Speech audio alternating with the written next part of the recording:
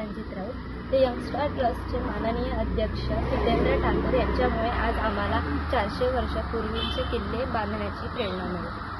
तर आम्ही बांधला आहे कोंढाणा किल्ला.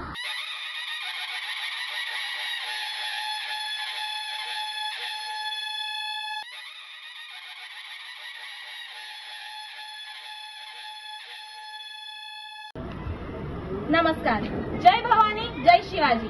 आम्ही शिवगर्जना प्रतिष्ठान ग्रुप यांच्या यंग स्टार ट्रस्ट अध्यक्ष लोकनेते हितेंद्र ठाकूर आयोजित हा जो भव्य दिव्य आपण असा किल्ला स्पर्धा बघू शकतो, ही गेली 20 ते 25 वर्ष इथे बांधण्यात येत आहेत आणि आम्ही असंच गेली 18 वर्ष सुंदर सुंदर किल्ले बांधत आलो आहोत आणि खूप वेळा सुद्धा आम्ही बक्षीस जे आहे याचे आम्ही जिंकलो आहोत आणि आम्हाला अशीच आशा आहे की आम्ही पुढे सुद्धा जिंकू आणि एकदा शिवगर्जना करूया. जय भवानी, जय शिवाजी. धन्यवाद. जे शत्रू असायचे त्यांच्यावरती मात करण्यासाठी हे खूप महत्वाचं असायचं. त्याचबरोबर आपण इथे बघू शकतो एक केदारेश्वर गुहा आहे.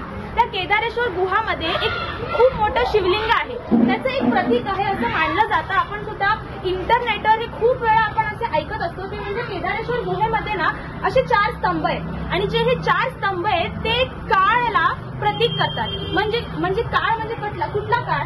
सतयुग, त्रेतायुग, द्वापरयुग आणि कलियुग. सर्वांना दिवाळीच्या खूप खूप शुभेच्छा.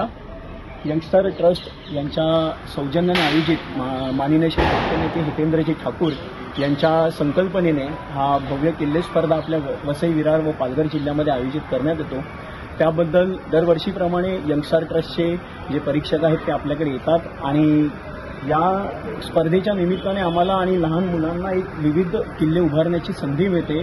महाराजांचा आणि महाराष्ट्राचा आपला लोकप्रिय इतिहास, त्यांचं बलिदान आणि त्यांनी दिलेलं योगदान हे आपल्याला लोकांपर्यंत पोहोचवता येतं. याबद्दल आम्हाला ही संधी मिळते. त्याबद्दल आम्ही लोकनेते माननीय श्री हितेंद्रजी ठाकूर यांचे खूप आभारी आहोत. तसेच आम्ही यंगस्टार ट्रस्टचे देखील आभारी आहोत.